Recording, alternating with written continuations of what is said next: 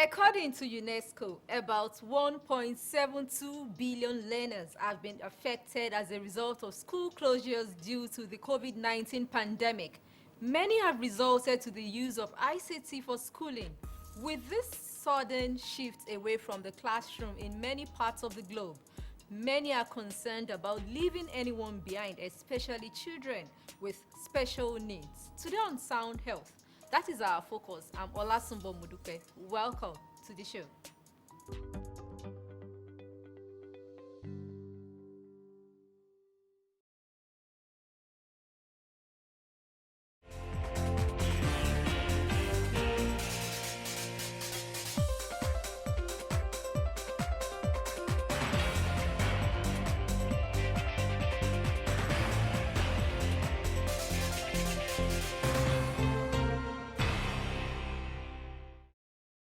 The World Health Organization (WHO) has published a new guideline on the use of face masks for the control of COVID-19.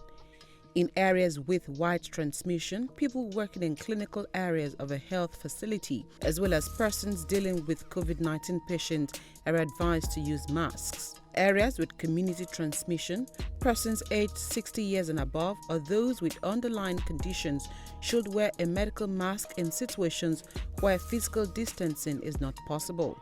WHO says in light of evolving evidence, government must encourage the general public to wear masks where there is widespread transmission and physical distancing is difficult, such as on public transport, in shops, in other confined or crowded environments. The updated guidance also contains new information on the composition of fabric masks based on academic research. Fabric masks should consist of at least 3 layers of different materials.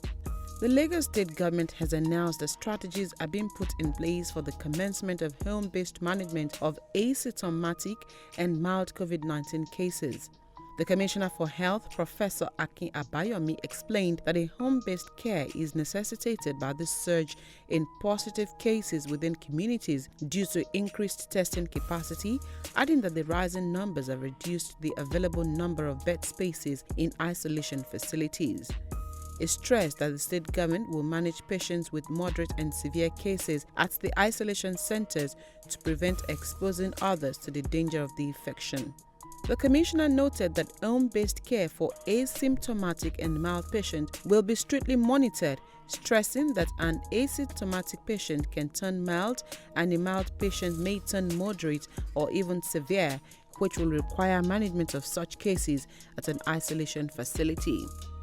He stated that patients receiving home-based care will be provided with a COVID-19 pack with which they can monitor their body temperature, measure their oxygen level, and be given certain vitamins and pain-relieving tablets to manage themselves. Abayomi said it is illegal to manage COVID-19 patients in private facilities without the knowledge and approval of the state government, insisting that every COVID-19 patient must be known to the government for adequate data capturing, as only 3 private hospitals have been accredited to do so. Lagos State government has also urged residents, especially organizations, to adhere to all stipulated safety measures as the government prepares to reopen the economy by complying with the mandatory register to open policy, which is at zero cost, easy and user-friendly. Members of the public are encouraged to use masks, observe social and physical distancing alongside regular healthy hygiene. Nigeria has recorded more than 12,000 cases, over 4,000 recoveries and above 300 deaths, while there are more than 7 million cases in the world with over 400 deaths.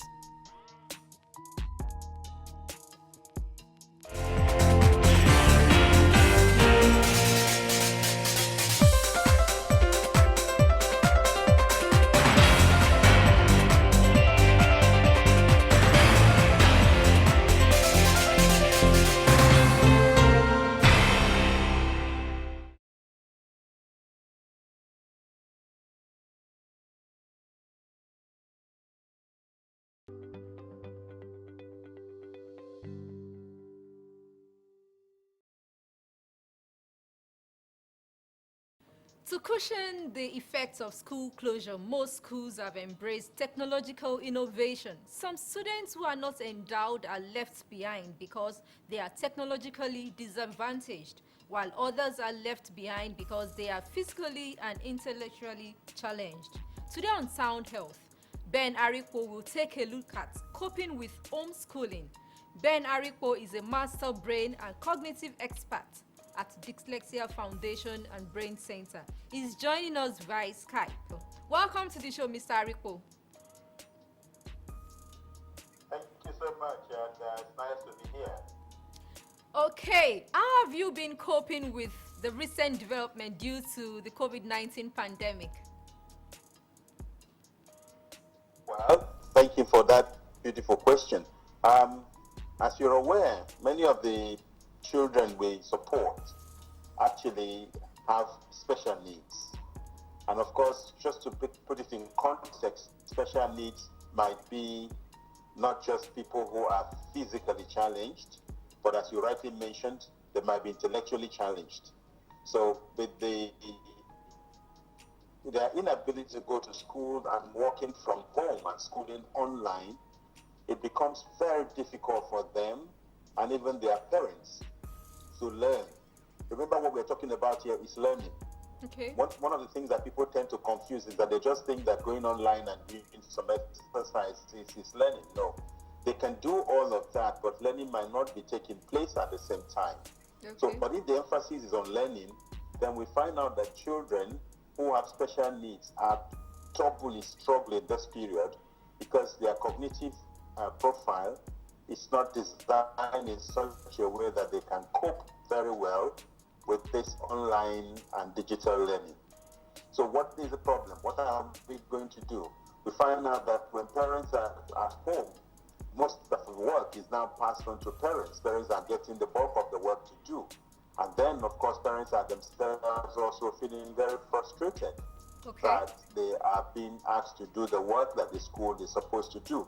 Okay. So it's a double jeopardy in this case because both the parents and the children are frustrated and the learning is not taking place at all. So for us to focus on them learning, we have to devise new means of helping them to learn. And what are those new means of helping them to learn? Is to ensure that, to give them the work that is at their pace. One of the things that regular school does is that it takes one size fits all. Okay. But in this particular case, we're advocating that each child that has a special need should be trained, should be worked with on the basis of their own pace. Let them work at their own pace.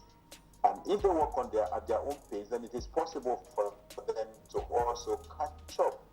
The school system is such that everyone in the class is expected to, assuming they want to give them mathematical tests, they want them to do 20 questions, all of them are going to do 20 questions. The child with the special need who is not going to be able to process 20 questions could be given 5 questions because the 5 questions will draw from all the important aspects of what is being asked. I would like us to look at the students now. How do you think they are coping with staying at home at this time, especially children with special needs? Right now, they are all frustrated. We have a couple of them we are still supporting. They are very frustrated already. They're not coping well at all. So what we have tried to do is to also break down the learning in such a way that we focus on training their cognitive skills. One of the challenges they face is memory. They don't remember.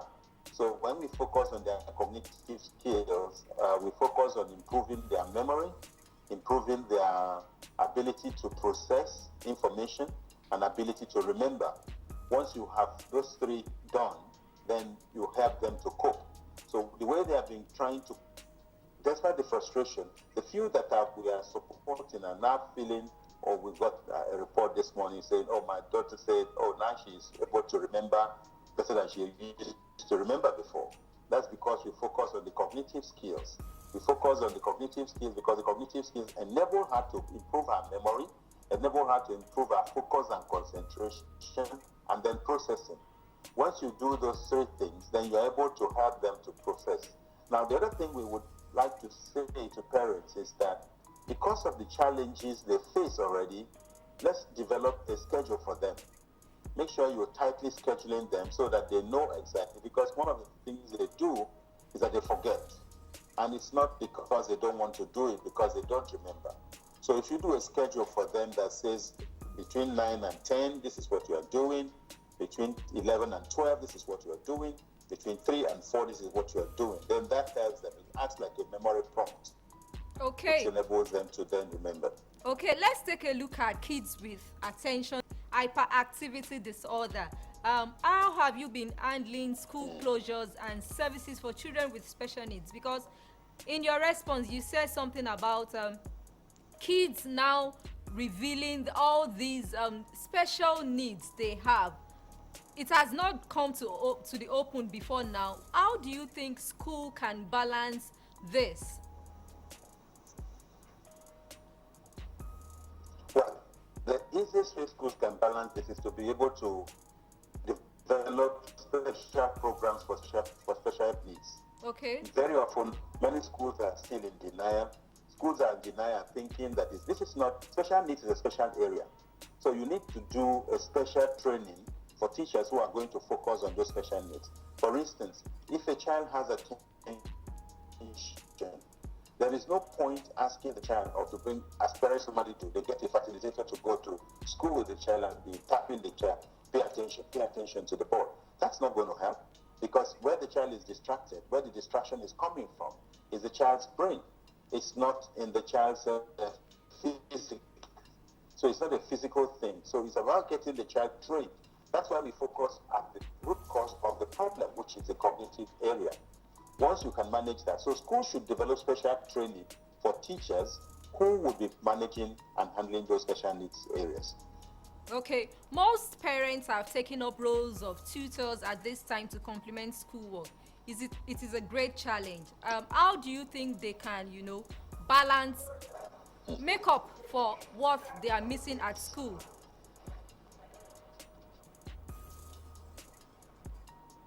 Because it's quite difficult for some parents, particularly with kids with special needs now.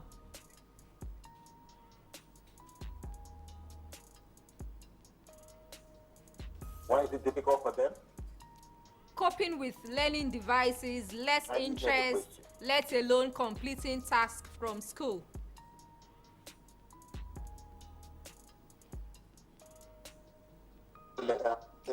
Remember that one of the challenges they face is that they cannot multitask.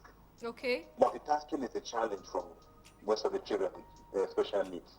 And now, with gadgets, we are expected to multitask. So, on one side, there's a video going on the other side, there's an audio to it. And so, for them to bind the audio and the video sometimes becomes a challenge for them. So that's why it's quite challenging for them to be able to learn even with the online programs. But as I said earlier on, one of the things we have tried to do is to give specific consent and concentration on developing those key areas of the brain that will require them to be able to multitask over time. Okay. And so when they begin to multitask, they can handle audios and videos together. And of course, remember that most of these are also people who are struggling with reading. And so when the school or the online programs send just reading programs without the audio, without the video, then it becomes a challenge for them. So we are advocating for a multi-dimensional approach, multi-dimensional in terms of video, audio, and reading as well. That way, they will be able to cope. We have been talking to Mr. Ben Arikpo on supporting children with special needs during COVID-19 via Skype. Mr. Ben Arikpo is a master brain and cognitive expert at Dyslexia Foundation and Brain Center, who will bring you the concluding part next week. Please plan to join us. Sound Health continues with trending health reports.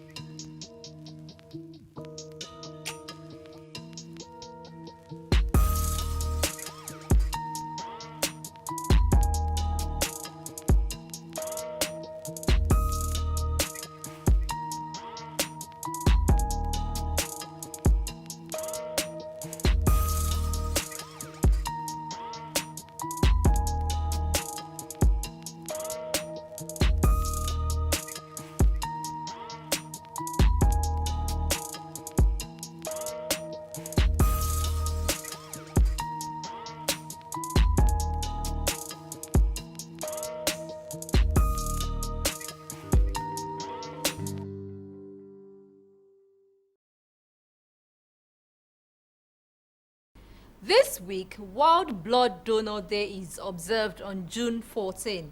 The day is dedicated to encouraging and celebrating voluntary, non-remunerated blood donors.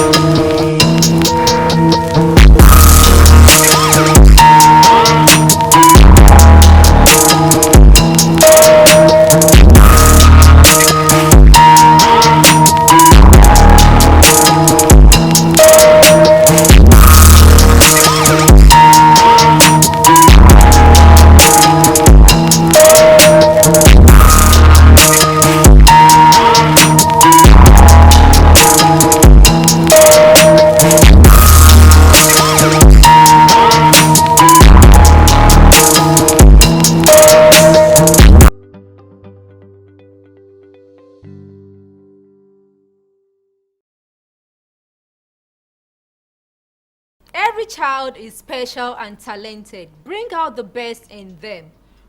This is where we say thank you on today's episode of Sound Health. Remember, staying at home and observing social distancing may feel like an inconvenience, but it is the best way right now to protect your family, friends, and neighbors who may be vulnerable. For comments and inquiries, please send SMS to 08035826603 or follow us on social media at LTV Social, #SoundHealth. A sound health is a sound mind. Make healthy living your choice.